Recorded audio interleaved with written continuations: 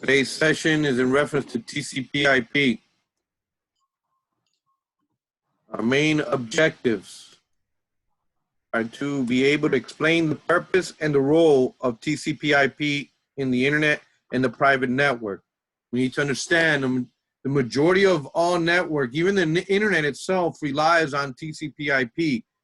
That I'm aware of, there's not many networks now that don't base themselves on that. If there is, I'm not aware of which one they are. The reason is it makes it obviously a structured way out of all this chaos. It's not that easy. If you don't use this type of communication, it just becomes very complicated. Explain the characteristics and the properties of TCP/IP. We need to also be able to explain the common TCP ports and the UDP ports. Protocols and their purposes overall. So what is a protocol? Protocol is basically a set of rules, like I said, that to make order out of all these chaos of ones and zeros. How can we communicate? Must be some way of being able to agree upon communicating either electronically or even with the light itself. There has to be obviously a protocol that makes order out of all this chaos. What is the TCP/IP? Well, specifically what it states or stands for is Transmission Control Protocol. As you can see, it says it in its name, Transmission Control. It's going to control. And the IP is the Internet Protocol. Is a collection of protocols used to communicate over the Internet and all modern networks now, including your house itself, has the TCP/IP. What is a host? We mentioned that a client is a PC or anything like that, or a server. Well, those are all hosts. A machine or interface that participates in a TCP/IP network can be a client or a server, or even your little phones, your iPads. All those are hosts on a network.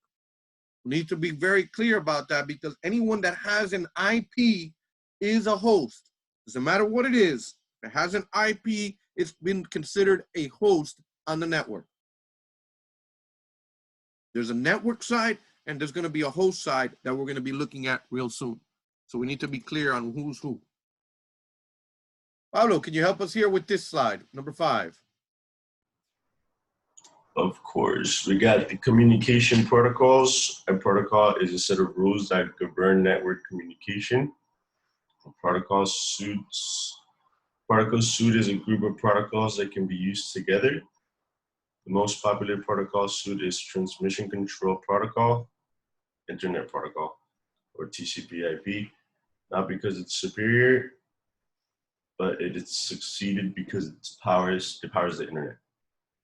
Some previous protocols that have mainly faded away are AppleTalk, Inter-Network Packet Exchange, Sequence Packet Exchange, or IPX/SPX, Network Basic Input-Output Systems, or NetBIOS, and Enhanced User Interface. Thank you. So, you know, AppleTalk and all these other ones are pretty much, the IPX/SPX was used in Token Ring. The NetBIOS, that's pretty much out the door, not being used too much. Neither is NetBU. These are the previous protocols that were slowly faded away. Even Apple themselves had to come and join the crowd, because just them talking to themselves was not beneficial anymore. Obviously, if they wanted to be in the world of the internet, they had to join all these different protocols. So they moved away from AppleTalk. Basically, TCP has been compared to what we know as the USPS, as like, you know, the post office or UPS. And the similarity is that between the post system and TCP/IP, both of them are sending and receiving information with a set of rules.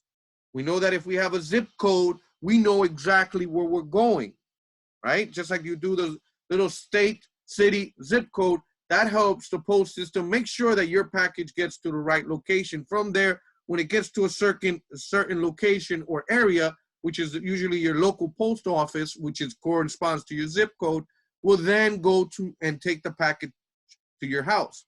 This is the same thing. It goes out to the internet, goes through all these different shipping, as you can say, flights or whatever it is to get out through the internet. When it comes into your house or your local post office, then it will send it to the right computer or house, because you could have several computers inside your house, right? Any questions or doubts so far? So identify 3 ways TCPIP you think more or less can help us and correlates more or less from what I'm saying to the USPS or UPS or shipping, or any other way that you could try to explain how the TCP/IP helps us in the network. I see it as a persistent mailman that has the mail, and he's just giving the mail in segments constantly back and forth. Now, another thing that we need to know, thank you in reference to that, what's awesome about TCP, he has tracking capabilities. Just like USPS, when you go and set priority mail, TCP actually verifies if the package gets there. So when I'm sending, as he said, all this mail out there or all these packages, it makes sure that when it arrives, that it responds back to the guy that sent it and says, yes, I got part 1, I got part 2, I got part 4. He goes, oh, you got part 1, you got part 2, you got part 4. You didn't get part 3. He waits. Because sometimes it comes out of order, so he'll wait. It's milliseconds. We have to, obviously, I'm trying to virtually make a big spiel about it, but he'll wait. As soon as he sees that he's got 5, he got 7, 6, 8, and all these, but he's never answered with 4. At one point, he retransmits 4. That's TCP. UDP, he says 1, 2, 3, 4, 5, 6, 7, 8, 9, 10. He doesn't even care. He just keeps on going like that. Nothing. Just like one of those tennis ball guys. He can care less. He's not going to confirm or anything. He's just going to shoot those balls at you. That's all he cares about, is just making sure the packages go out the right port and everything, but it's just going to keep on going. Why do that? Because there's some things that I can care less if you got it or not. I want to make sure that the throughput is going just through. I don't need to make sure it arrived in order or if you actually got it. If there's any problem, you can actually re-download the whole thing all over again. That's usually one of the reasons why they use UDP on Zoom, for instance, when these video conferencing. You probably noticed it also in YouTube. When you're watching a movie or something, all of a sudden the voice continues. The screen and his mouth does not correlate to the actual voice. But then all of a sudden he just starts talking real fast. You see the video going like that and it catches up to the voice.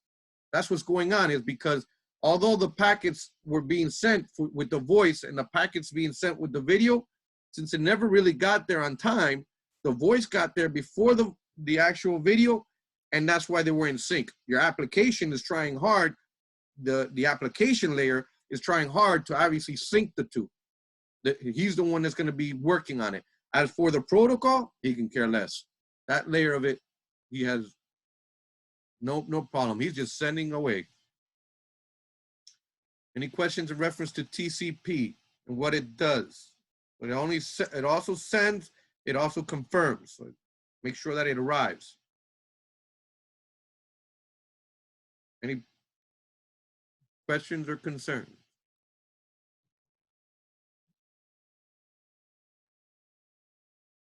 So here's the TCP/IP protocols layers.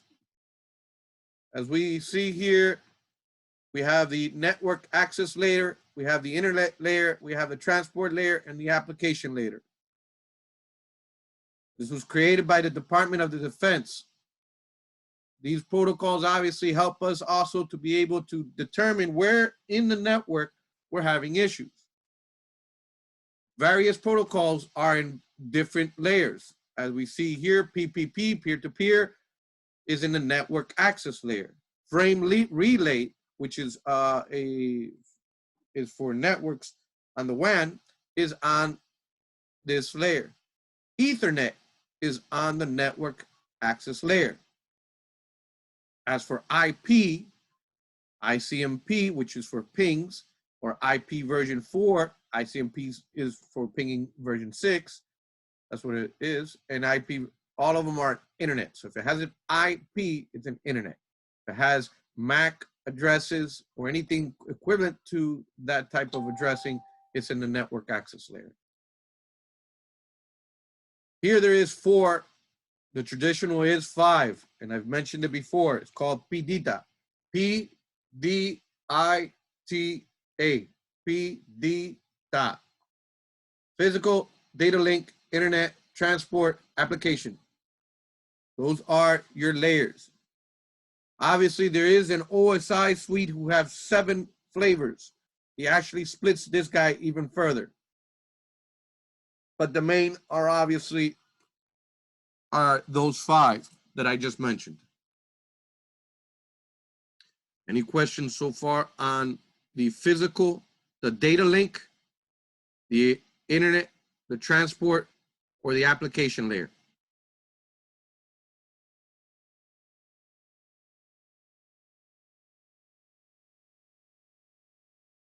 So how is the OSI compared to the other guy?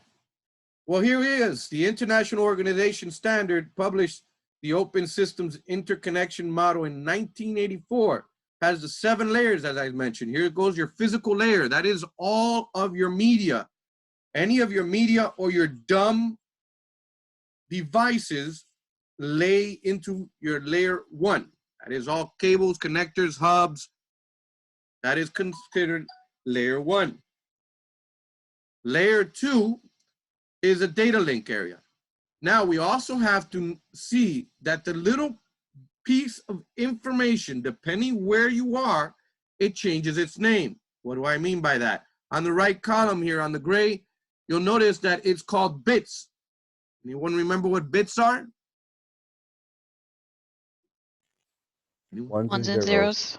Right, so we agree it's either a 1 or a 0. Those are that's at that point, it's sending electrical or light in 1s or 0s. At this layer, it actually attaches some information, which we're going to get into great detail in a moment, and it's called frames. Actually broken up into frames at that point. In the IP level, is broken into packets. On the TCP layer, is broken into segments. And on the other ones is on the upper layer segment of data. We'll get into the details right now. These are the layers, basically. So when you usually start on an application to test it, you usually start from up here. You start on the application layer, which will be your web browser or the application itself, right? Then you have the presentation layer, which is your ASCIIs or your MPEGs, SSL, TLS. You have your session layer, which is who actually creates a session, who does the handshaking to confirm and creates a virtual tunnel. So as soon as you have a session, there is a tunnel connecting you to that person. Until I don't release that connection stays always open until everything is finished. Transport layer is basically that, as I stated a minute ago. You either have it on TCP or you have it on UDP. These are your ports up here.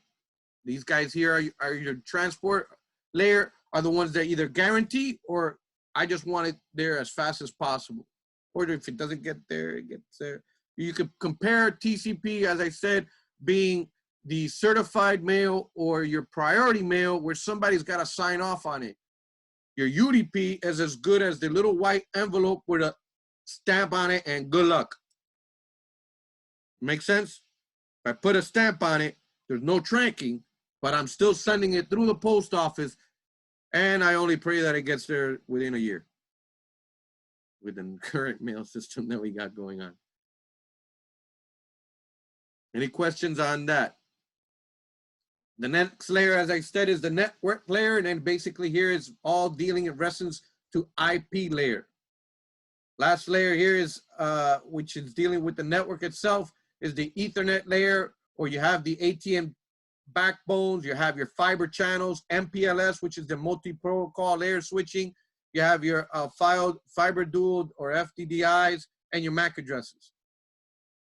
And lastly, your last medium, which is where everything gets carried on, is your physical layer. Your 10 base Ts, as we saw yesterday, 100 base Ts, your ISDNs, your T1s, any of the fiber, be short haul or long haul.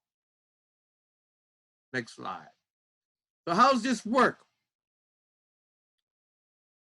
Basically, you start off here inside the application layer. This is a horrible picture, but we'll go with it. So you're on the top layer here. I'm gonna go back one. Well, I guess they're breaking it to here. You can see the layers are breaking it up with the application layer here, and they're going into the TCP over here. I prefer to see the whole thing. It makes more sense when you see the whole thing. So overall, when you're in a browser, what happens is we agree that in your computer, you have an application. So you want to go out to Google. When you do that to the application, he tells the actual computer to say that I got to go out. Obviously, you don't have this in your hard drive. I want to go out. But when he gets to the next layer, it actually slaps an extra information to the back of it, depending on what is it that you want. Each layer would add additional information based on its OSI. If it's based, for instance, if I need to do what's my session, it's on port 80, it actually adds that tidbit of information. Then the next layer, when I get to the internet layer, or sorry, when I get to the TCP UDP, that's when I tell it. It adds that little tidbit. How do I want it? Do I want it guaranteed, or do I want it? I don't care. So then it adds that. Basically, you can think of it as you sending a present to someone. When you get a present, you have your box. Then you start putting a wrapping paper around it. You put a little bow. You get to put a little label. Then you start adding the name. All that starts happening in steps. When you're coming down, each layer keeps on putting an extra information based on its layer. When it gets to IP, now it adds the information of what's my IP and an IP that I want to go to. The previous port said what's the port, I'm sorry, the previous layers told me what port I am and what port I'm going to. That was in here. Now I know what IP I am and what IP I'm going to. Next layer comes down. I get to the actual data link layer. I add my MAC address and the MAC address that is my gateway so that I know where I'm going. How am I going to get out of here? Everybody's adding their tidbit. Lastly, when it gets there, it breaks it into pieces as the NIC card here is and throws it over the medium, which is usually your Cat 6 or above. It goes over, being a network switch or a router, however it gets to the other side. Now it starts to process completely backwards. It came into the NIC card, and now he starts unwrapping the present. He'll remove the MAC address, he removes IP information, he removes the TCPIP, the TCP information, removes the session information, removes everything as it's going up. So when it gets to the application layer, it only pertains to what the application layer needs. Gets into the application, asks the server, I need this information. He says, okay, here you go. What does he do? Well, he starts packing it up again. He puts on the wrapping paper, which is my port and the port that I'm going to. And now I'm going to go and go ahead and put, if it's TCP UDP, then I'm putting the IP. Now I'm putting the MAC addresses, and goodbye. You have been wrapped and sent out. Good luck. Repeat the process again. It gets back to me, and I unpack and I unwrap everything to get my information when it gets all the way up to the application layer. This does everything, obviously, in fractions of nanoseconds. It is just amazing how it flows, and it's very very difficult for people to unfortunately understand how it comes about.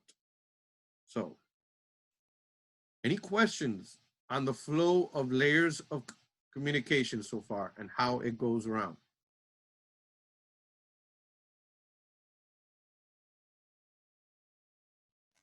I got a lot of questions, but I'm gonna save it for a little bit later. Okay. You sure?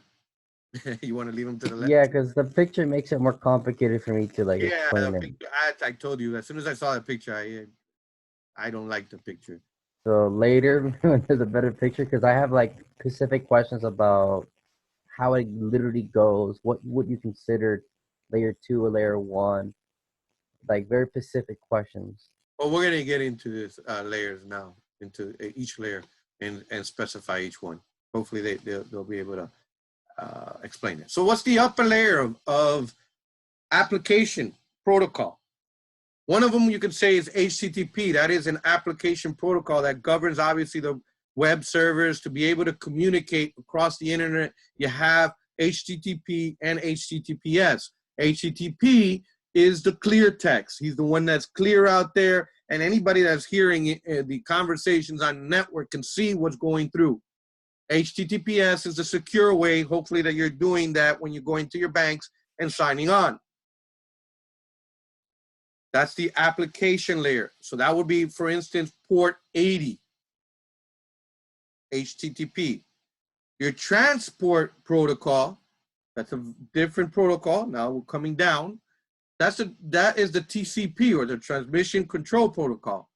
It's the one that manages overall how the conversation between the servers and the clients can be. In this case, as we have in the example of HTTP, it basically makes sure that the TCP divides the messages into smaller pieces called the segments, as I stated earlier. And these segments are sent between the web server and the client, and they ensure that whatever is being sent back and forth is guaranteed. So if it doesn't get there, it asks to get retransmit. That's what its job is. Any question? So the application's job is to be able to present the information to you and show you the information. The transport protocol is the one that's breaking into segments, into smaller pieces, to be able to send to the web server and process back and forth. Next layer down, my internet protocol, or IP as everybody is used to hearing it, is obviously responsible for taking the formatted segments from TCP, and now it's going to encapsulate them into packets, assigning them appropriate IP addresses and delivering them across the best path to destination.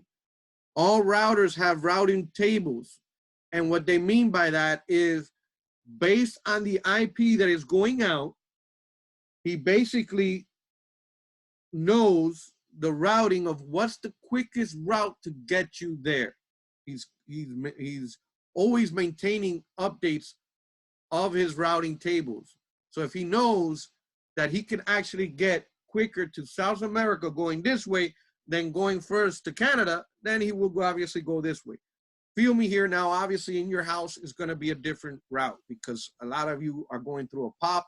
And when you get to Comcast or AT&T or whoever your provider is, depending what their backbone is, there may only be one route out into the internet. And then the internet has many routers, and they will route your package wherever it needs to go. All routers are interconnected in the internet, and they basically talk to each other to ensure that there is a sustained mesh out there of possible routes. Any questions on? I have a specific question. On the internet protocol, is that the layer where it uses PGP? You're breaking up on me. Oh, is it internet protocol the layer where they start using PDG, or is that in transport for the PPP, TCP layer? You said PPP? No, borderless protocol. What's it called again? BGP, I think. Borderless protocol.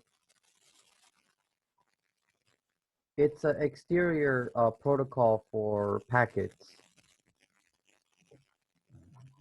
You just said a keyword there, packets. Okay. Mm. So which one? I'm not sure which one you're talking about. Borderless gateway protocol. BGP. Okay. BGP. I believe BGP routing is BGP is borderless. No, I know border gateway protocol, but borderless. We'll look into that one. I'm not sure. I've heard of borderless. I've heard of BGP, which is the border gateway protocol. That one I've heard for exchange for routers. Yeah, so that will work on the Internet of Protocol, right? BGP, we will look exactly what layer it is. I can look that up, but I believe it is in the same as MPLS. I could double check for you right now because it is in reference to routing on the internet. Give me a second. It's a routing path.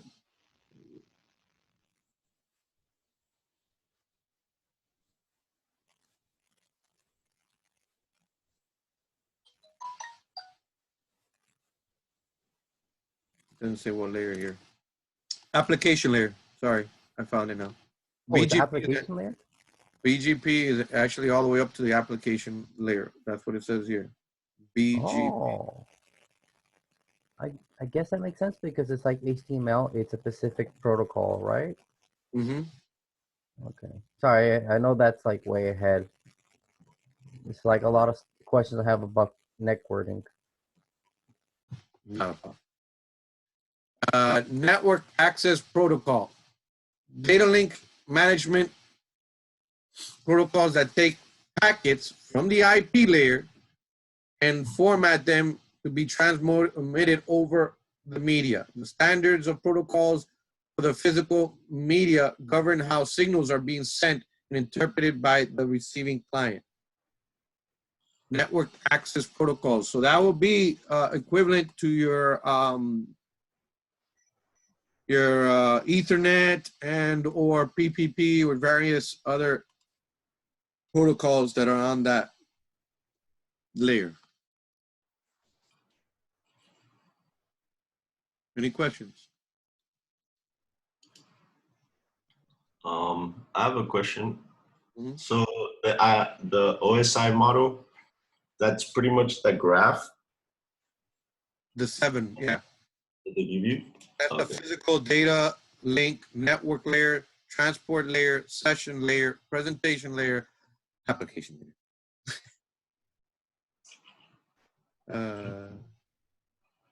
So those are the different layers.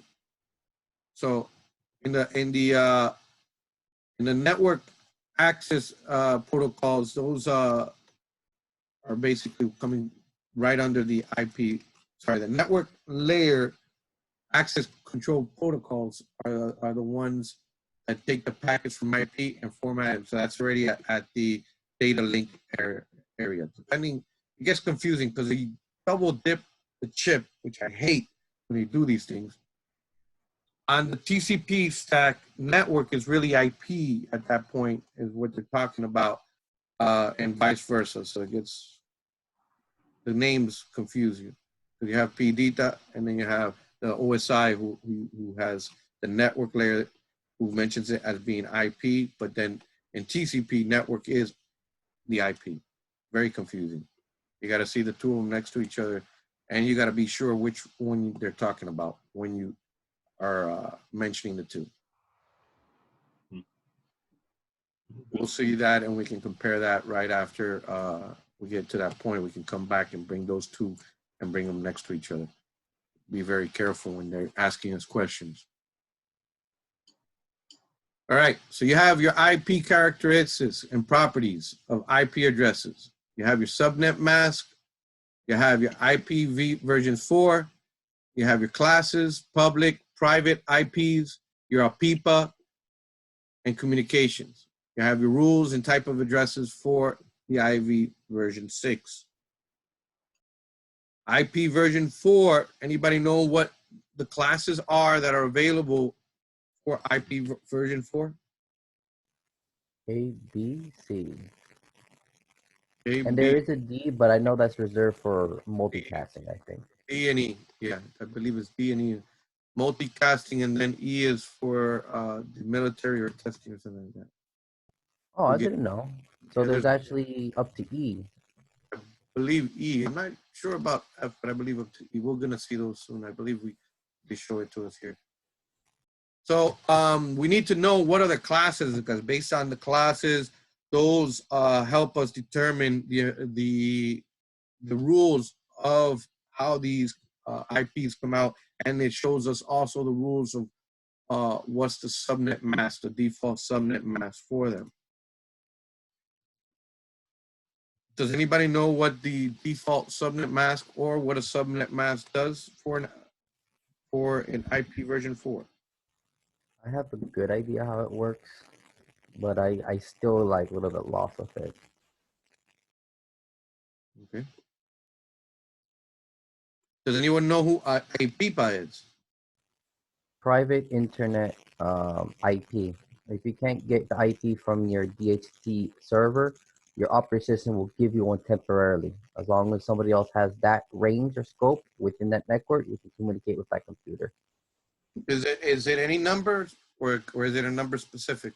It's a very specific number. It's a range from 169 within that scope area. I can't remember the exact number, but there's like a very specific number after that. I think it's like 169.4 something, or 169, 168.4 up to a certain scope.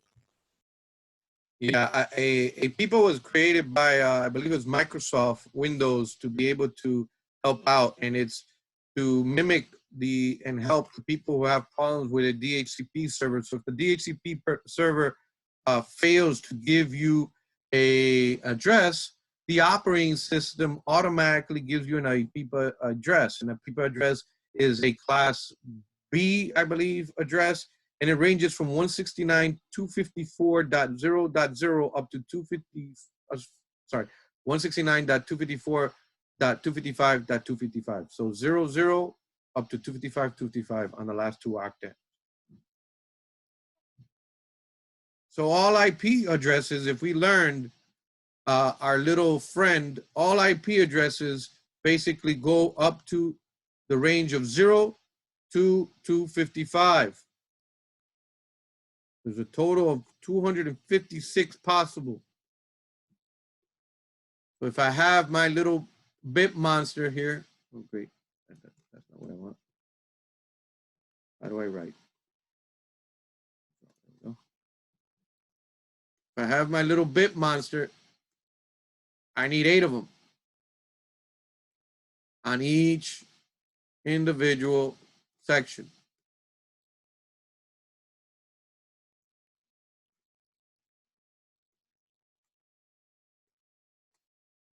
So it starts from 1 and it ends at 128.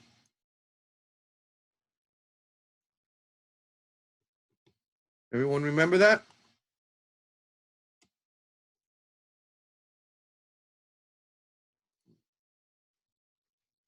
So what do I mean by that?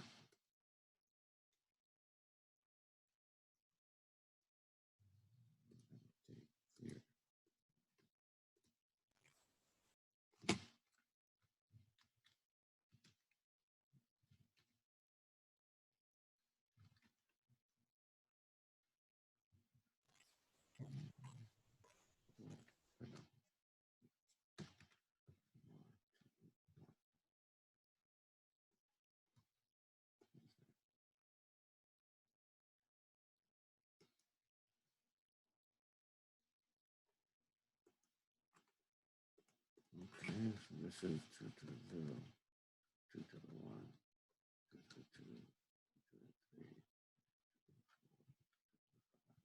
2 to the 6, 2 to the 7. All right.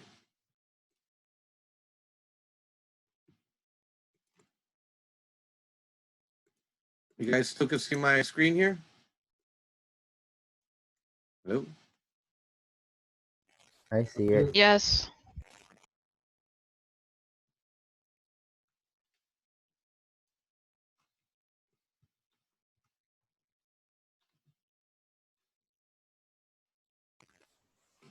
So this is 2 bytes. I mean, yeah, 2 bytes. It's 1 byte, 2 nibbles. Oh, 2 nibbles. Okay, I see it now. 2 nibbles is a byte. Yeah. 8 bits. Right? Now, this is the bit value. So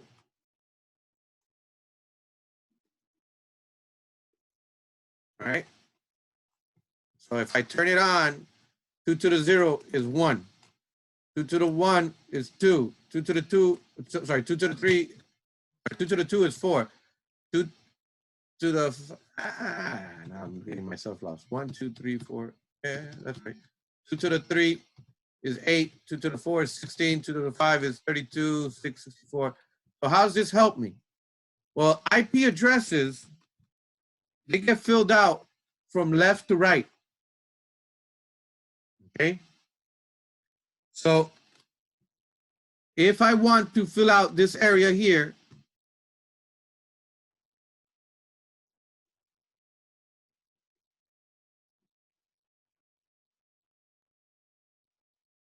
where's merge? Okay, merge. I'm just curious. That game that we played yesterday, does that help with this? No, well, yes, it does. If you know, it's because you got from binary to, it only helps you on the nibble part. But you gotta, this one's a little bit more trickier. So this is equal to this guy plus this guy plus this guy plus this guy plus this guy plus this guy plus this guy plus this guy. All right. What happens is, if I turn on this guy here, right?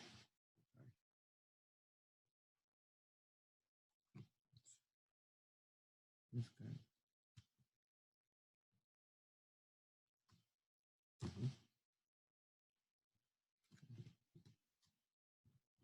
guy. Times this guy.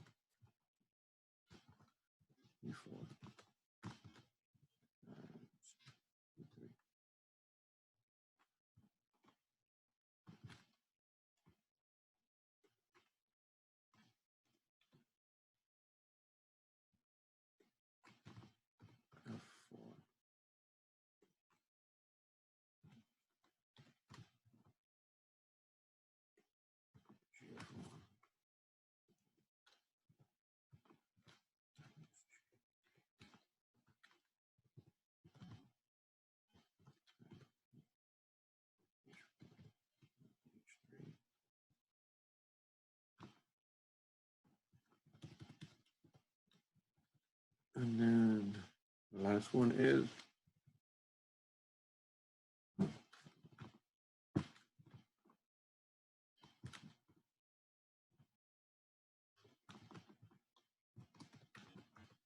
all right. So this is what the computer does when you to be able to create these numbers here. All right. In essence, he's got this little background chart for himself. Fill me out here. And he always fills out from left to right when it's doing a subnet mask. Okay? So how do I know it is an A class? If it is an A class, the default subnet is always 1 bit. So an A class would tell me that it should be up to the 128. And it usually has from the 255, 255, 255, he fills out one whole byte. So if I put if I fill up a whole byte,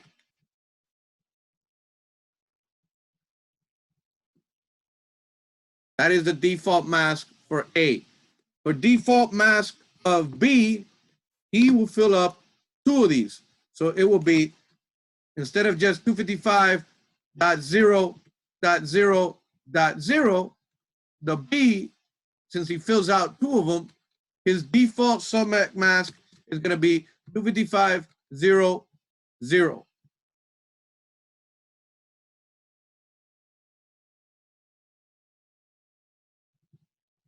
Any questions so far? Now that was B. C, so what's his? He will be then 3. He's going to have these filled up, his subnet mask. The subnet mask is the one that divides the network into pieces. He's the one that allows you to know if you are in how many networks you have available and how many available IPs are per network. Available IPs, and with that, you also know the total amount of hosts. The total amount of hosts is always the total amount of IPs minus 2. You lose one for the network and you lose one for the host. What I mean by that is the network has its own IP. So the name of the network or the network that you reside has its own number. Not your router, I'm not talking about that guy, but the network itself has a specific number assigned to itself. The host is what you most likely have seen a lot of time called as the broadcast address. That's the last IP in my available zones. So now that the network, I know what the IP is for the network, now I also know what's the broadcast. Who is the last one? Who's the broadcast? That's the one that I usually tell you when I scream out, who is this guy? That's the address that I usually use. I look at my IP address location and I broadcast it out to that guy, and it actually gets sent as a broadcast message to everyone.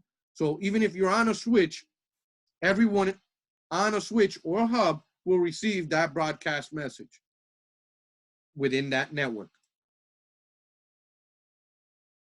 Any questions on the default subnet mask of A, B, or C before we dig even further? Those are your question. For the 2 IP reserves, are you able to change that reserve, for example, instead of having it like, for example, I know 0 is a reserve and then 255 is reserve. Are you able to change it for security purposes? 0 and 255 are not always reserved, no. That's all depending on your subnet mask.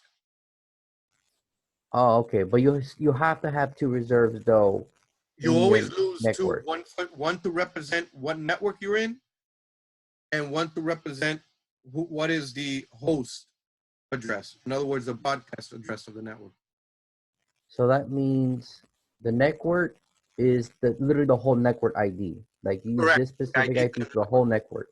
Yes. And the broadcast is so you can actually advertise, is how I think of it, or actually broadcast, correct? The broadcast address is the one that basically is used to be able to broadcast on that network. It gets received, and that's basically, it's called the host address because it's reserved for the host of the network. Oh, I get it. So the host address is to communicate within the host, which is how I think of it, or anything that's being IP forward to you saying this is for everybody within this network. Yes, that's the broadcast. That's why it's called broadcast address. The host address is the same as the broadcast address always. Now, the host address is not always 255. And we'll learn that real soon. So the IP address overall is a unique network identifier for any device in the network.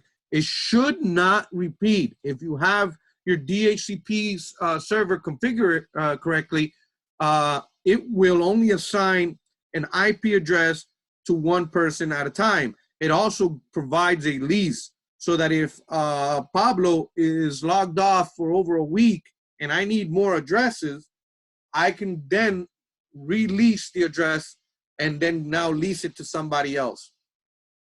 When Pablo comes back on, if I have an IP that's available, I give him a new IP address.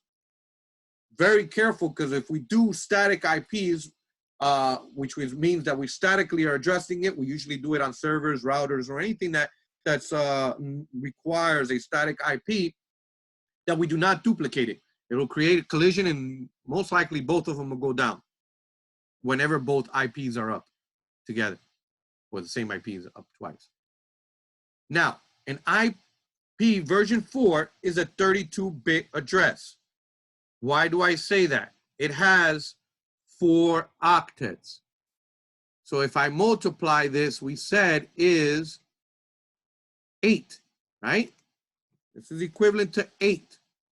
So if I have 8 and I multiply it by 4, it will be 32. So in other words, like 10.210.8.1, these are 8 bytes, dot 8 bytes more, bits more, 8 bits more. That's 32 bits. Not bytes, sorry about that. Any questions?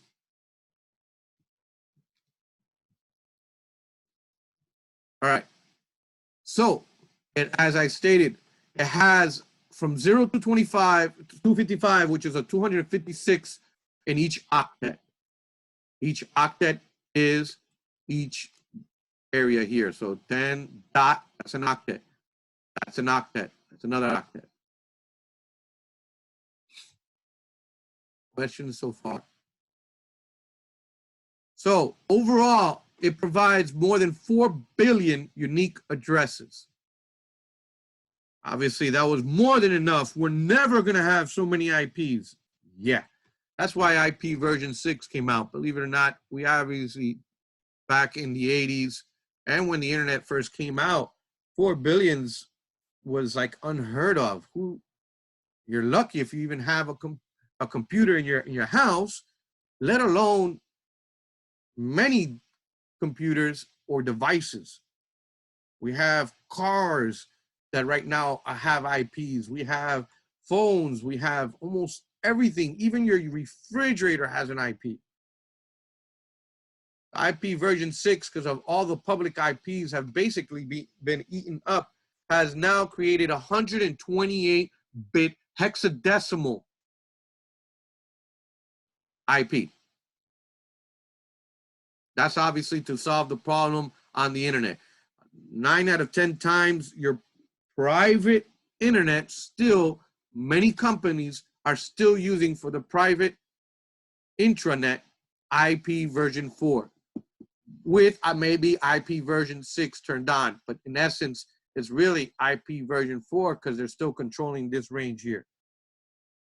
That's the ones that have very large companies where they need static IPs and everything, and they just haven't migrated. A lot of people haven't migrated. As for the internet, most of the internet that I'm aware of nowadays is running on IP version 6. You may still have the IP from the IP version 4 or that numbering system, but the internet itself is running on IP version 6. Now the subnet mask. This guy is the one that breaks up the actual network. He's the one that actually makes sure that I can divide and that I'm able to break it up and decipher of how much networks I can have compared to how many IPs I can have within each network. The subnet mask obviously determines which bits of the networks are for network, as I stated, and which ones are for the host. How does he do that? He creates a wall of continuous ones starting from left to right.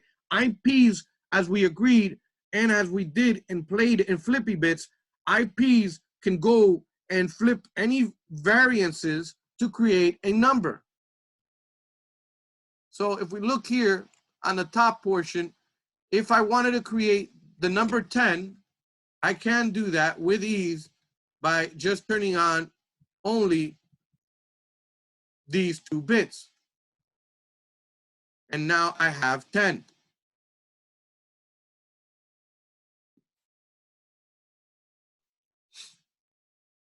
But if I don't have 255 turned on here, I'm gonna have a problem. Basically, what happens is, that's just 8. Okay. What happens is it actually ANDs. It looks at all these numbers here, and it actually grabs them and puts them together. So if I have a 10, and let's put this guy here of being maybe,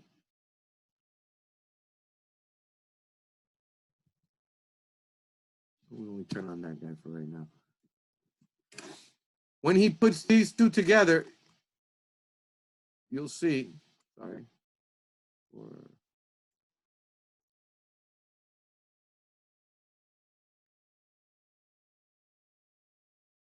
So 1 times 0 is 1 times 0 is, anyone? That's 0, right? Thank you. 1 times 0 is?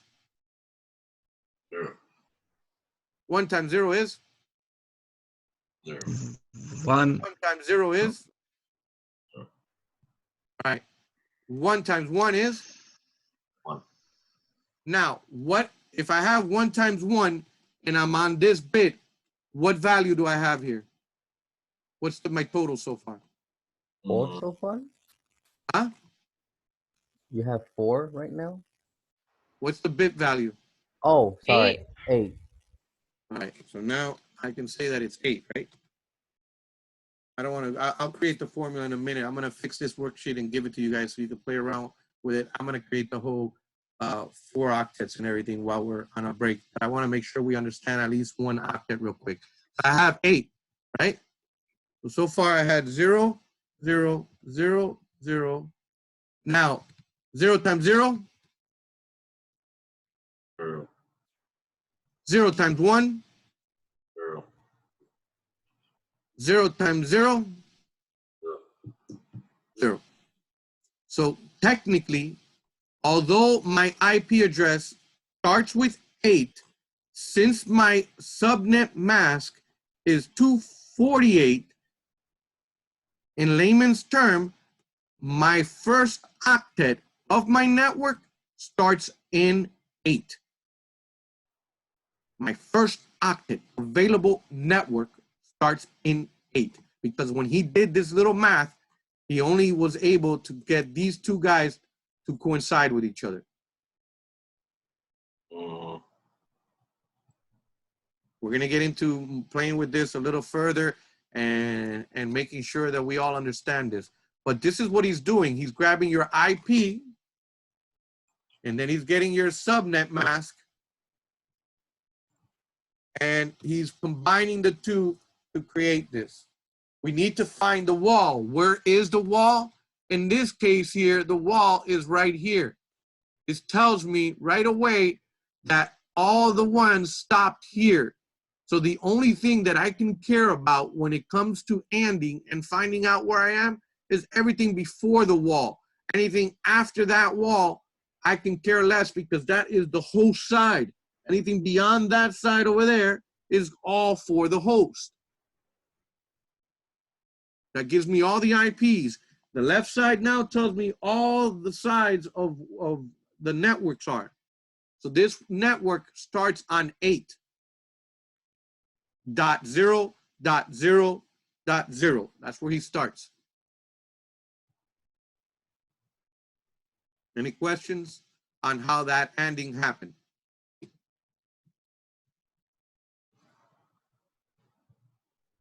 Questions, doubts, guys?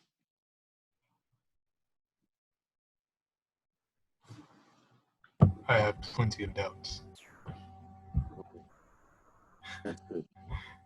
We'll go in here again, and we're going to review this here, and then I'm going to, after we review this here, we're going to take a 15-minute break. I'll finish fixing the little Excel sheet. I'm going to send it to everybody so we can be able to play around with it. In essence, this is what we're seeing as you saw in the actual little Excel sheet. It's a base 2 numbering system, only zeros and ones. IP version 6, like I said, has 4 octets, an octet dot, an octet dot, an octet dot. No, not too many dots, but you get my point. There's 4 sets of numbers. It's all in binary. It's written for the human to understand in base 10. The computer is seeing it all in binary. Wait, I have a question really quick. So an octet, an octet is a set of 4 numbers? An octet is 8, right? Like an octagon, 8 bits. Yeah. Octagon, octopus, anything that has OCT means 8. So okay. That's basically what it means. Okay. Any other question? So an octet is 2 nipples? Yes, or a whole byte. Yeah. Okay. It's a total of 8 bits. Okay. Now I'm starting to get it. Okay. And then there's four sets of 8 bits. Mm-hmm. All right. So let me give you guys now, let me stop my share here.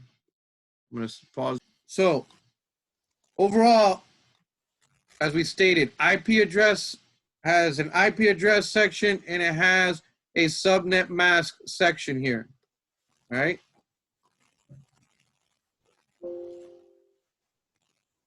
So then finally on the bottom section, you'll see the network address. Here's the pieces here. We have, feel me out. You got 10.236.10.10. That's your IP address, all right? Here's your subnet mask, 255, 255, 258, 248, sorry, and 0. As we stated, subnet masks build the wall from left to right. And where we stop is usually how we're able to figure out what is available to me for the host versus what's available to the network.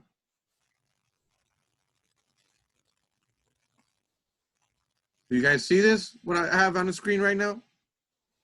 Yeah. Can you change that orange to a different color? Because it's hard to read the numbers. This one here? Yeah. Okay.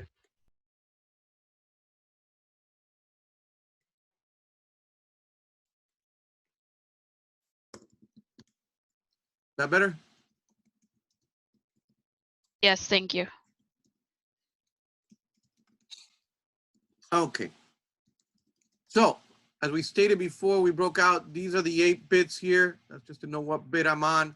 These are the binary equivalents of the actual, what it's doing. Obviously, multiplying by 0 gives me 1, multiplying by, 2 to the 1 is 2, and all those, so we can obviously have that information in there. And then this is what he actually sees, right? So with ease now, if you want to play around with this little thing that I did, it'll change the number based on whatever it is that you put down here. As you can see now, 154 is my new address by me playing around with this. Now, why do I need to know this? The basics is that where the wall is obviously where everything gets broken up. If you notice, no matter what I do over here, it really doesn't matter. It coincides exactly with the front of the IP address. Since my wall on the subnet mask is filled out here, this number and this number will always be the same. Wherever the full octet, wherever I got 255, the IP remains the same because all the ones, when I multiply them together, will coincide. Do we agree so far? Yeah. All right. Now that I got to the wall, to the wall here is this guy here, right? So everything up to there is where I'm going to be able to use it. If you notice, on this one here, the only thing that's before the wall is the 8. Do we agree? The only thing before this wall, the wall's here, right? Because look at where my subnet mask is.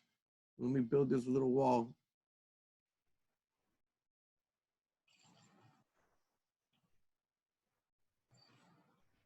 That didn't help. Can you explain what that's the wall again? Here's my wall, the ones. You see these ones? Hmm? So all these ones are turned on. That's equivalent. Usually the short way of writing these walls for them is they'll put X dot X and then they'll put the bits that corresponds to it. But basically that just tells you exactly where the subnet mask stopped. Exactly at this point is where all the ones stopped. See it here? Yeah. All the way up to this point. Prior to that point right there, the ones basically are coming down. That's where he stopped. Any questions so far?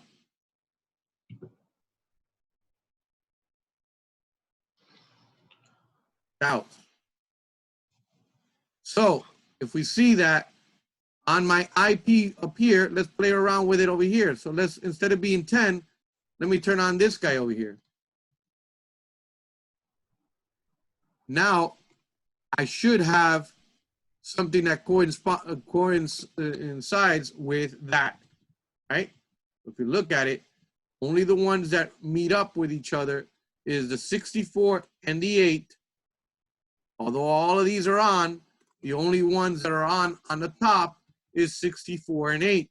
So instead of being 74, which is my IP address is 154.236.74.10. That's me, my computer. The network address to this network is 72.0.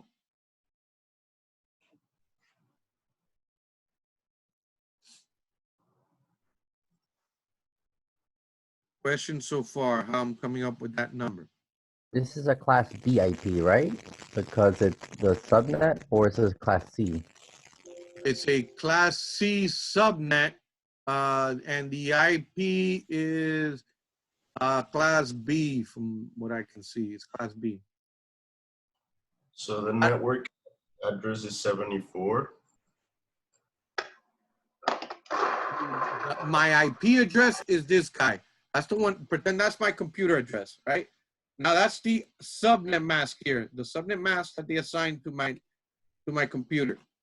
My network address, the address that represents my network, which would be the first IP available in here, is gonna be 72.0 versus, let me grab this guy here.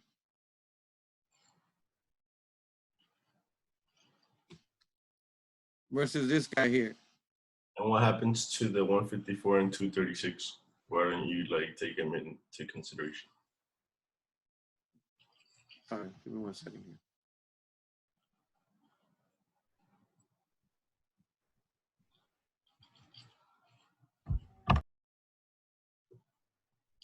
And this is,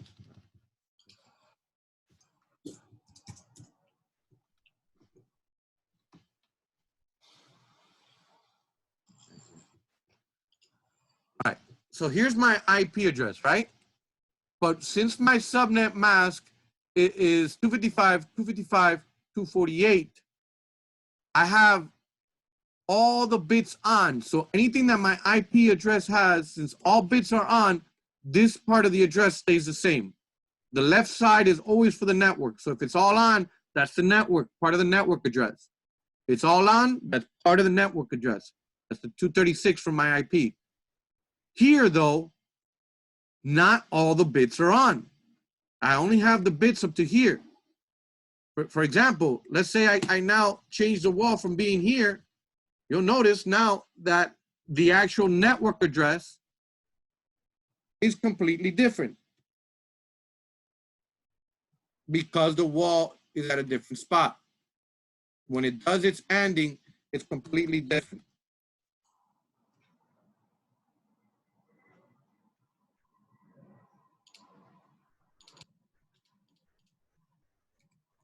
Questions so far, besides that one?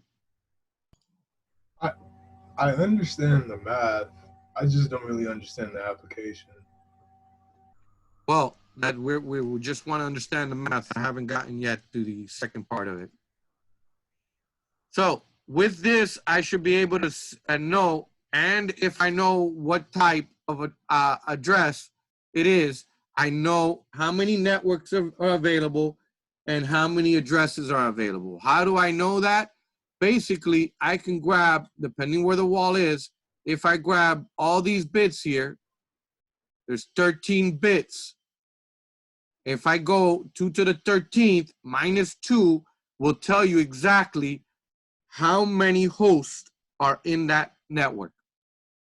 The total amount of hosts or IP addresses available.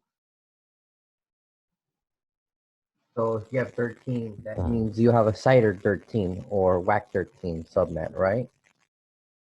A CIDR 13 would represent actually on this side. So a CIDR 13 would be this way. This is 16, 15, 14, 13, is it? That's 8, 9, 10, 11, 12, 13. So that's CIDR 13. I didn't even change the IP address. All I did was just change the mask, and now look at the new network that I'm in. The new network that I'm in is 154.232.0.0.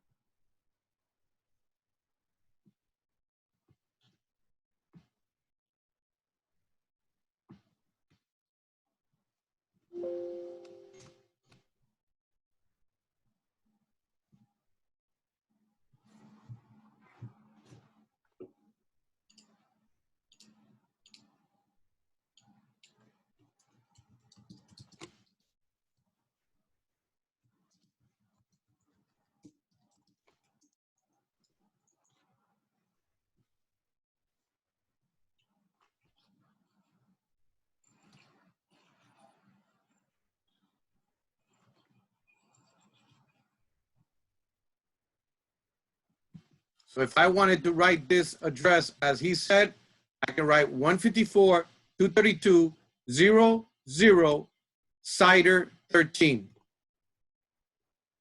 CIDR would be written usually something like that.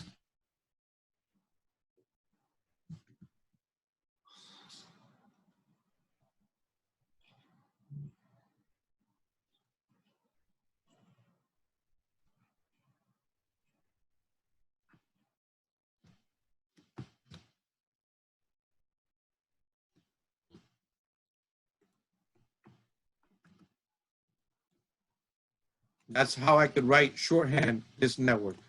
154.232.0.013.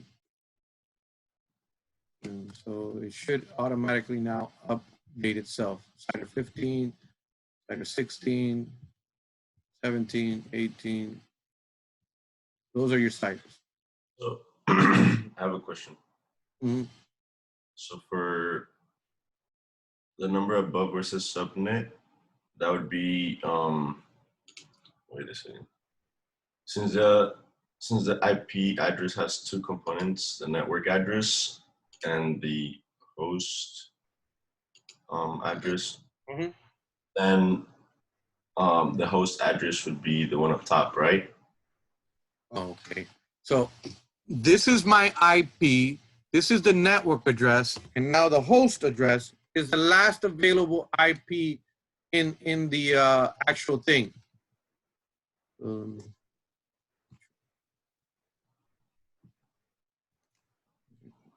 yeah, so like your IP address is 154.236.74 and 10. And so that splits into the network address and then the host address. So then the host address is another address here, so we'll get into that one now. So any question on the network address or how to obtain the network address? Yeah, because I was just trying to understand like the subnetting part of it. since Yeah. that's So what helps us out now here is where the wall ends, where the last one is, it tells me how it's being divided. I'll tell you in a much easier way. We'll go with this guy being here. So in a CIDR 22, where am I here on this bit? What's the value of this bit here? um, The one that I'm highlighting. The value of the bit itself. This bit. This guy here. I'm pointing at it. 4. 4. That tells me that every 4 networks, every time this changes 4, it creates a brand new network. Watch if I do this one here. I think I do this one here. It should change the network. See? Now it's every 2. Every 2, it will create a brand new network. That means that between 154, 236, 74.0 up to 75.255 is all of them for him. So it starts at 0 and then it ends at 75.255.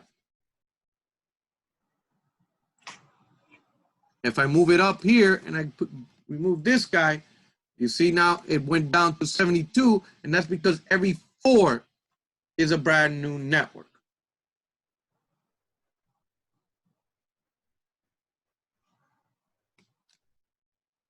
Any questions?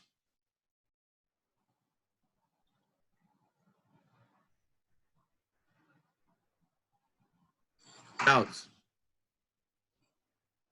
Gotta be doubts.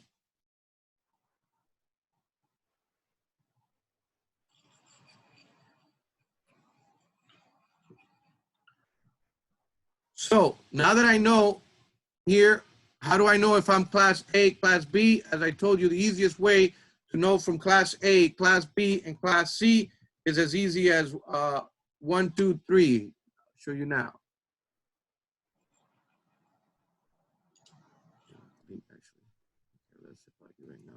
So if I turn 1 on, it's from 0 to 128. I'll do it over here. I turn, you see the 128 here? Hold on a second, not that's the IP. See 128? If I turn 2 of them on,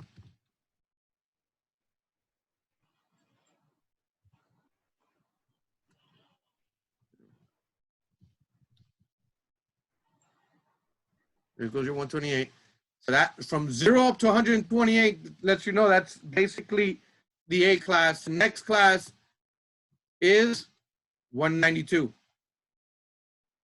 when the next one comes. And then class C, the next range starts at 224. So that's how you go from A, B, and C, basically, where they're getting divided up. I'm confused.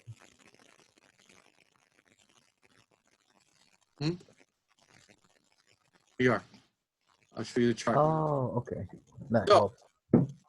now, you have 0 up to 126 technically because of the fact that you lose 127. Anybody want to know or has a clue why the actual range 127 gets completely lost? because that's to be binary. 127 is actually loopback address.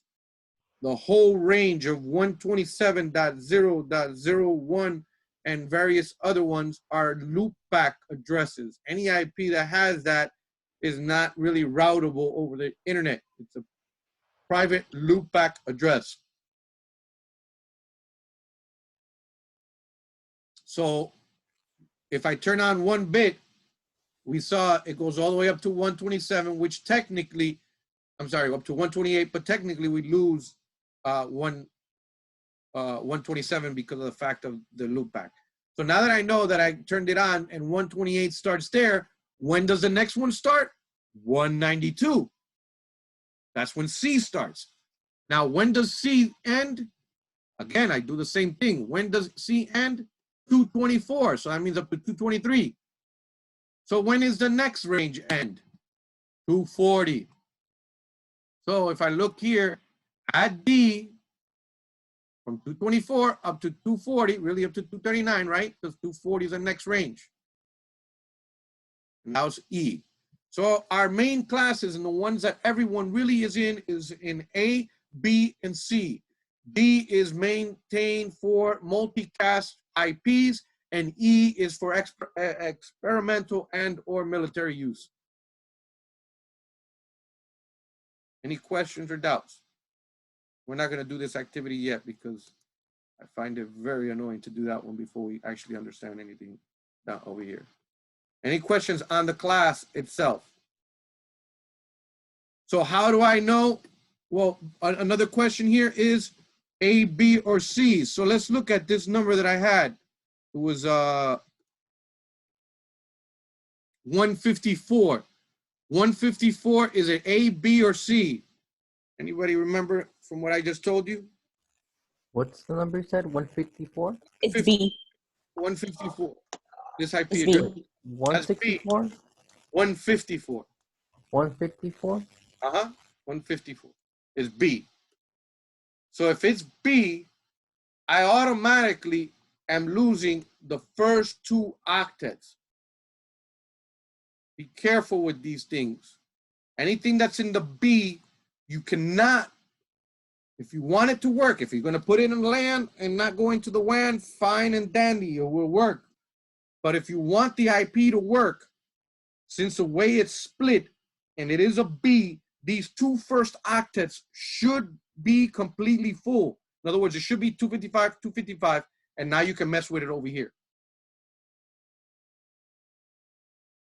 We're going to find out real soon why, because there's public IP addresses in each one, and there's private IP addresses on each one, on A, B, and C type of addresses.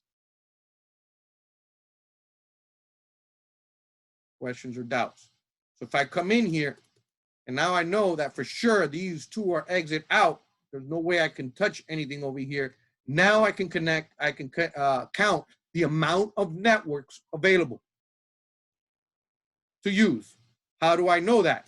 I can come in here and now go in here and look at this. There's 6 of them, right? So if there is 6, then in total, 2 to the 6 means that there's 32 networks available. What is that? 2 to the 6? No, 2 to the 6 is 64. Sorry about that, right? 2 to the 6 is 64. Somebody want to help me out? You understand why so far? So it tells us class B automatically loses this here. You can't play with these 2 numbers, so there's no way I can change these numbers. They're set in stone because it's a B class IP address. There's no way I can play around with these 2 octets.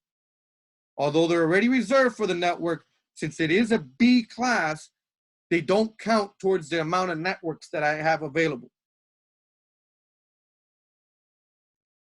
Now on the other side here, we can look at the subnet mask again and look how many zeros do I have available. This is not right, it should be 0. Based on that, I do the exact same math. Now you guys can see why I've been asking you to actually go and learn your binary.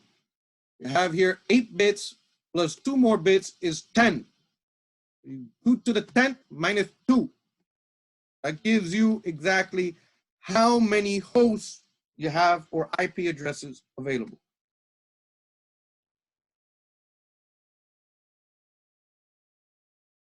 Questions?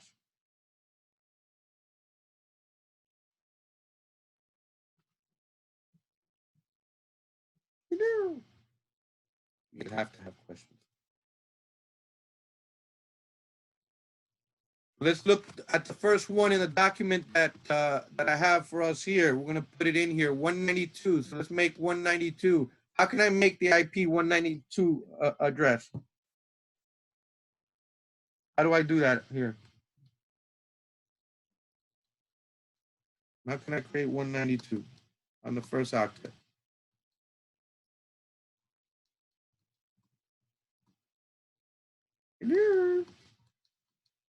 Anyone? Cricket? Cricket? Hello? Oh, I was mute. um, go back where you have your address. Put 1 on the value of 8. My IP address? Okay. And then I know the private IP is 192. Yeah. Uh, So another so thing we need to learn are these numbers, guys. Unfortunately, I'm going to show you the numbers now. These numbers repeat themselves when it comes to subnet mask and or any of the other stuff. And the numbers come as follows. You have 128, 192, 224, 240, 244, sorry, 248, sorry, 252, 254, and 255. Those are your various subnet masks. I will repeat them again. The first subnet mask available is 128. The next subnet mask available is 192. Next level of subnet mask available is 224. The next one is 240. Next one is 248. Next one is 252, 254, and 255. That is always the pattern that a subnet mask will take. Right? Friendly reminder, it always goes in that pattern. So 192 for an IP address, I turn on my first 2 bits, will give me an IP address of 192. Now I want to create 168. Can somebody help me in creating 168 on the second bit? Or second octet, sorry. We'll turn on 28. Turn on the first on yeah, that one. One quick way of always learning, you turn on the biggest bit always first, so, when it's easy for you, and then you look again to see what's left over from there to be able to create the, and grab the next highest bit. I grabbed Okay. 128. Should I grab 64? Oh, wait, you said 168 in total, right? 168. Yeah, that's what I'm looking for. I'm trying to get to 168. Yeah, turn that one on, and then That gives me 192 though. So I shouldn't turn it on, right? no. Okay. 160. Okay. All right. So Now I turn the next one on, and that's 160, right? I'm almost there. So which one I'm missing? I need 8 more. need 8 more, so just turn on the 8. Only the 8 bit, right? All right. Mhm. Who wants to help me out with the next one? I want the address. Give me 16. That was too easy. 17. Christina, can you give me 17? Help me out here. What I gotta put here for 17? The 16 and the 1. All right. And lastly, if somebody can help me get 220. 220.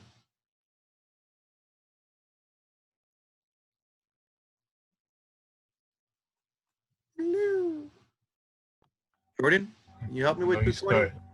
I know we're starting with a 1 and the 8. You can go with 164. I believe you can put a 1 That in gives there me too. 224, right? If I go here, that's gonna give me 224, so it can't be that one, right? So it Well, must I'm sorry. What was the number we were going for? 220. 220, yeah. Oh, yeah. 220. So it's gotta be this guy, right? Mhm. That gives me 208. Now I need 12. The 8 Uh-huh. and the 4. Leave 4. All right, so that's my Yep. IP address.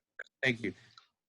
Now I want an IP address of 255, 255, 255. What I gotta do here on the last octet? I already filled up the first one. fill it up, all of it. Oh, Okay.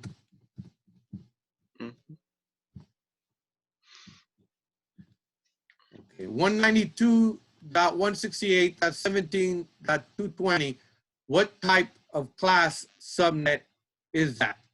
I'm sorry, what type of class IP is that? Wait, That's can a you class repeat that? C. What type of IP class? See, there's two of them that, which I hate when they do these things because it confuses the living daylights, well, not only of me, of everybody that I try to explain. ABC gets repeated both in IP class and IP subnet mask. Be very careful with those. Now, 192 is what type of IP class? Anything that starts with 192 dot something is what type of IP class? Is it class C? C? Class C. Now, what type of subnet mask do I have right now?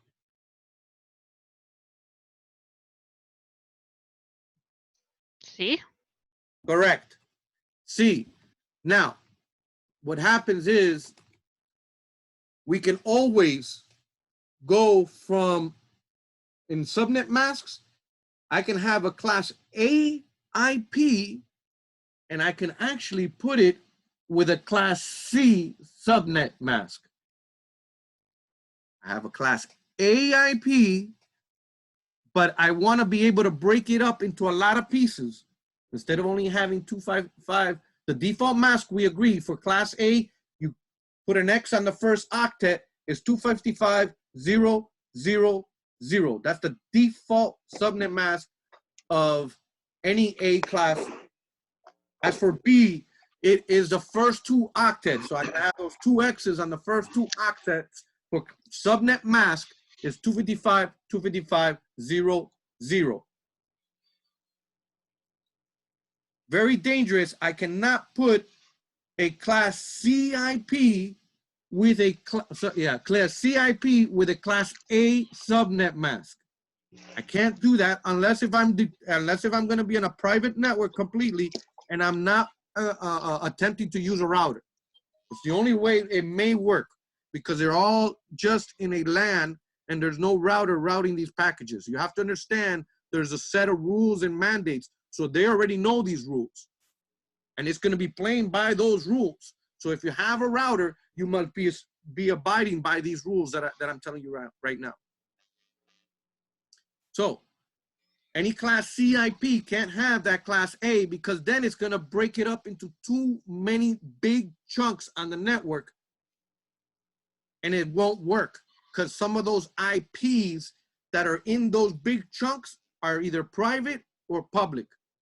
So it's not going to be routable over the internet, or it's not going to be working right with the router. So that's the rule of thumb and why you must know what a class A IP is versus a class A subnet mask. Any questions? So I now got a question. Yeah. So the reason why you can't subnet a class C is because it'd be too big. But if you have a class A, you could subnet it to a C because you have more segments, tech speaking, you can use, correct? Yeah, so let's do this guy here. Look, watch. All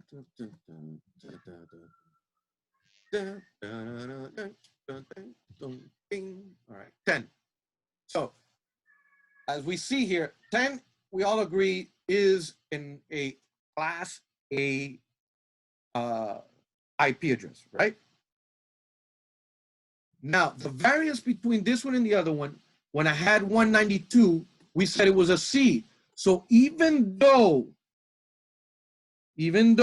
I may mess up and put a smaller subnet mask, in reality, I can't count the first 3 octets because they are already not available for me to count. I could only count on a class C over here. So if I put a small subnet mask, a subnet mask which only has 8 bits, it's going to be a disaster. It's going to work only if I'm private. If I'm only in my own little building, there's no way you could use a router with it. But what happens here with the 10? Now, I lose the first octet because of the private public issue, but all of this I can count. So even though I have 10, 255, 255, 0 here, I still have available to be able to count this area, or depending on how I change my wall.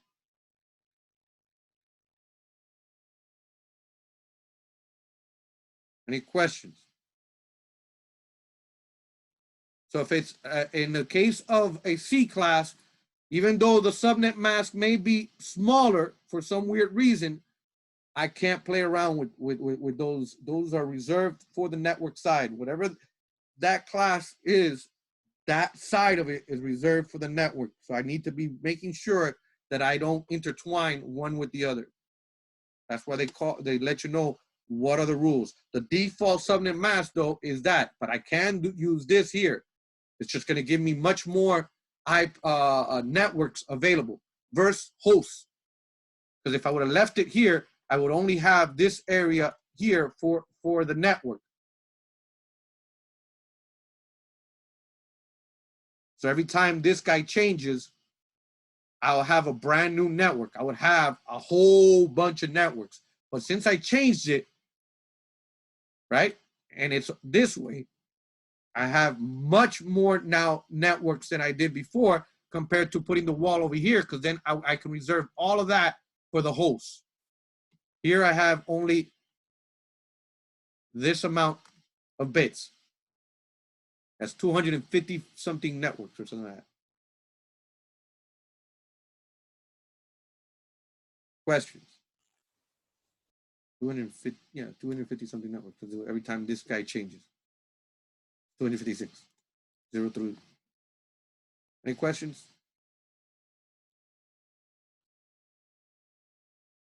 Doubts? So let's go back to this guy, to the one that we were playing around with. We said it was 192. So now that I know it's 192, and I lost this guy over here, right? Now I can see how much I have available for networks. How many do I actually have? I have 255, 255, 255. So what happens? What do you guys think? Every what? Where did the wall stop? Where was the last one? On which bit is the subnet mask stopping on?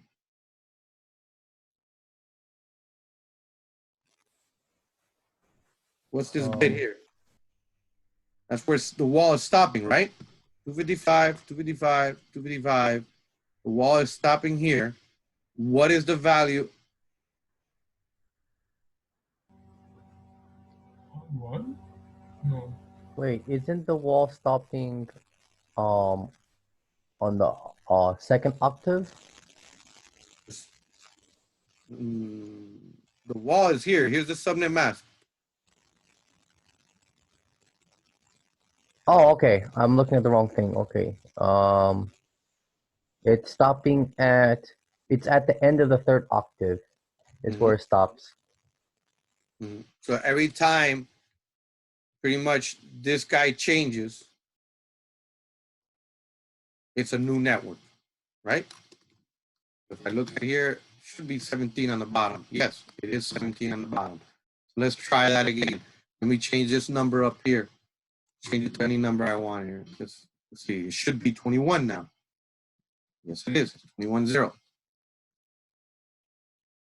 So now, let's say that I only need very small network. I'm using, again, based on what I need, I choose the IP class that I want. We're talking about private, and private 192 happens to be the private IP address for this range. If I want more networks, instead of every one over there, I can actually continue going this way. Like I said, if I have a class A, I can go into C because I can actually break it into more pieces, right? So now, instead of the network address being there, the network address goes all the way up to here. Here's my network address. My IP address was 21.220, but my network address is 128.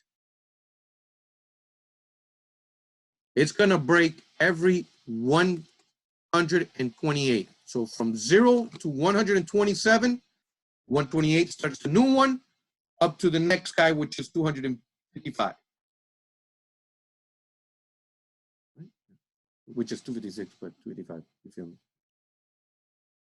Questions? Because 258 is counted. So 128 is counted as 0. So it goes up to 255, which is your total. Any questions? so the host number is 128, correct? With the WAC No. 25? No, that is the network address. Okay, that's the network address. After that, that's your host, correct? This is my IP address, and then if you want to see the host, let me get this guy out of here. The host is usually, you look at this guy, right? And you look at the next guy that's coming up.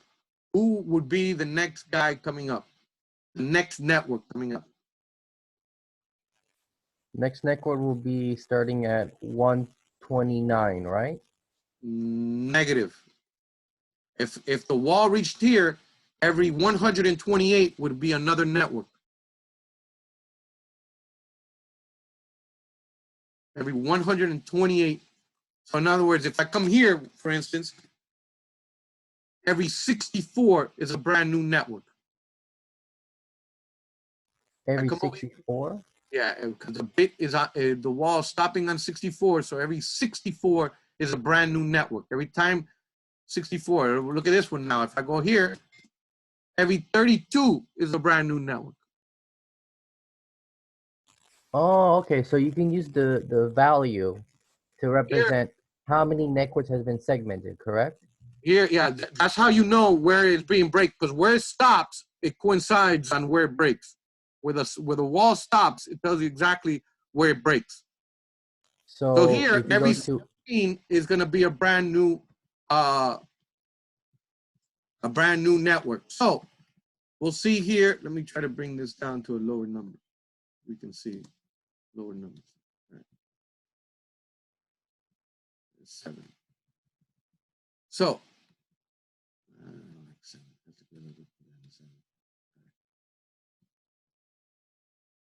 here's my IP, which is 13, right? So if I come in here and I put another one, it's going to break it in every 8. So from 0 through 7 was the first network, all right? Now, this one starts on 8, right? So where is it going to finish? finish as in like the last segment? IP. Last IP is what? 255? Is breaking it up every 8. I'll give you that much of a clue.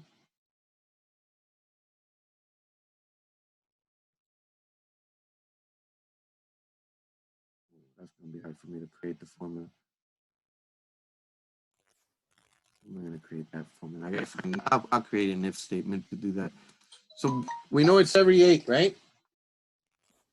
Mm-hmm. So if it's every 8, and I'm on the 8, if I add 8 plus 8 is what? 16? Right? Oh, you mean when it starts? Is that what you meant? That's when the next guy starts, yeah. So let's go and lower this even further. Wouldn't it be Put 4. 7 technically speaking? No, it should be 8 because you have to count 0. All right, so here we go. I'm going to break it out to every 4. Watch what happens. So I have here that I'm in a network of 12, right? Watch when I go and I lower this now or higher it 2. I'm going to higher it 2. My IP is 15, and I am still in a network of 12. We agree that it's every 4. So as soon as I get to 16, I'm going to be in the next network because 12 was reserved for the network. That's my network address. Then I have 13 available, the number 13, the number 14 available, and then I have 15, which is my broadcast or my network address. Sorry, my broadcast or my host address. Sorry about that one. So 12 was my network address, and then now 15 is my broadcast or my host address. That's because you're dividing up the network, right? So then it network, repeats. that bit tells you exactly where it's breaking it up into. It breaks it up into every 4. Every 4. So that means if I put this, it breaks it every 8. So for example, you have 6 hosts for the 8 because you have to have one reserve for the network and then one reserve for the broadcast, and then it repeats, correct? Correct. So you have 6 hosts for this range, and then the next one's going to be 9 through 9 through you have here 8 is the network, right? For instance, we just stopped at 248, which is the 8-bit. So it's every 8, right? So this is the network. So on top of this guy, the next one is going to be 16. The next network is going to be on 24. That's when it's going to start. So basically by 2, right? You're just doing the multiplication, right? Just like binary? No, it's dividing it always by that guy there, by this guy here. It's always going to. Now, another trick that I can teach you is this. Watch, look how easy it is. Want to know how I can tell where it goes and real fast? Anyone? Want a secret? Nobody? All right, I'll tell you anyways. So here we go. We have 8, right? My next one is 16. My next one, 24. My next one, 32. My next one, 40. My next one, 48. My next guy, 56. Is that 56? Yeah. You starting to catch the pattern? It's all divisibles of 8. Yeah, it all goes by 8. And what it does, it just turns on the bits. That's what's happening. Look, here's 8. If you put 8 plus 8 is if you just turn this guy on, just like I did to create the numbers. You remember that little pattern that I create to create 1, 2, 3, 4, 5. It's doing the same thing again to you, but it is doing it with only these bits that are available to it. You have 8, you have 16. Then I turn these 2 guys on. 24. Then I turn these 2 guys off, and I have this guy, which is 32. Then I turn this guy and this guy on. I have 40, right? And I turn this guy and this guy on. I have 48. Turn this guy, and this guy on. I got 56. I turn them all off. Only this guy on is 64. That's my next network. And this one and this one, 80 is my next network.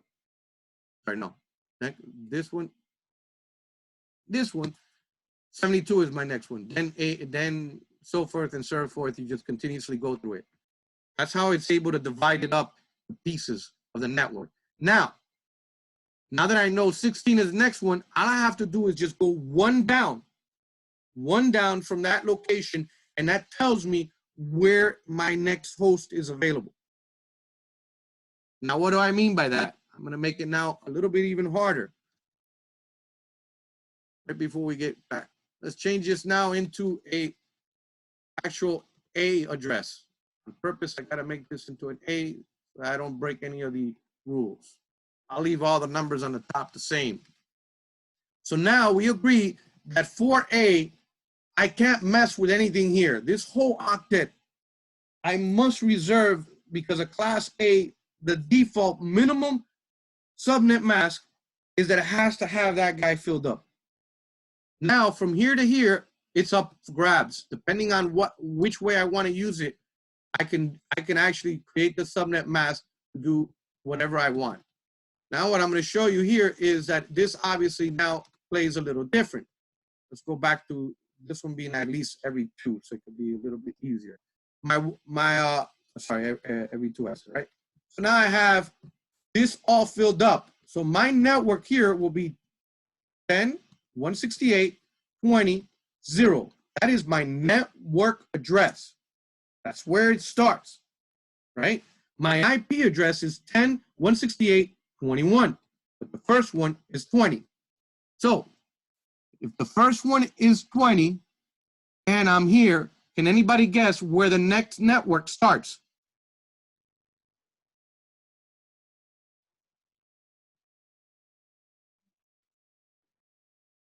What's my value at that point on the wall? 2. 2. Okay. So when does the next network start? If I'm in the 20, what's the next network?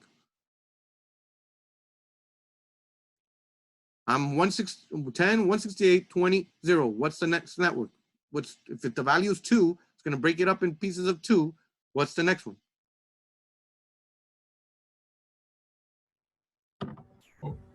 4. 20 plus 2 is what? Oh, 22. Right. So the next network will be 22. So my last available address is going to be one below that one. So the next address is 22.0. We agreed, right? Everything in the front is the same. 10, 168, and then up to here. So next network starts here. So it's going to be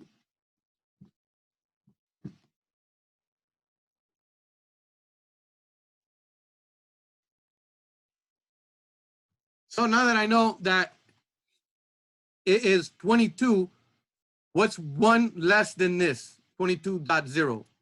One IP less than 22.0. One IP less. We learned that it's 0 to 255. So if it's one less than 0, what's one less than 0? I'm going to have to borrow from this guy, right? So it's going to be 21. And what would be this number here then? One less than 0.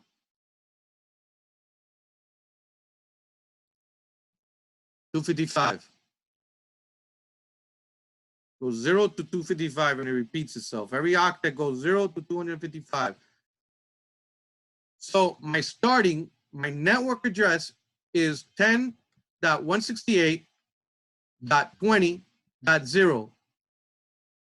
My last IP here, that's my host address, is 10.168.21.255. That's the broadcast address for the 10.168.20.0.CIDR23, because it has 23 on. I'm going to leave you guys there. Go to lunch. Have lunch. We'll be coming back in the afternoon. Continue with this.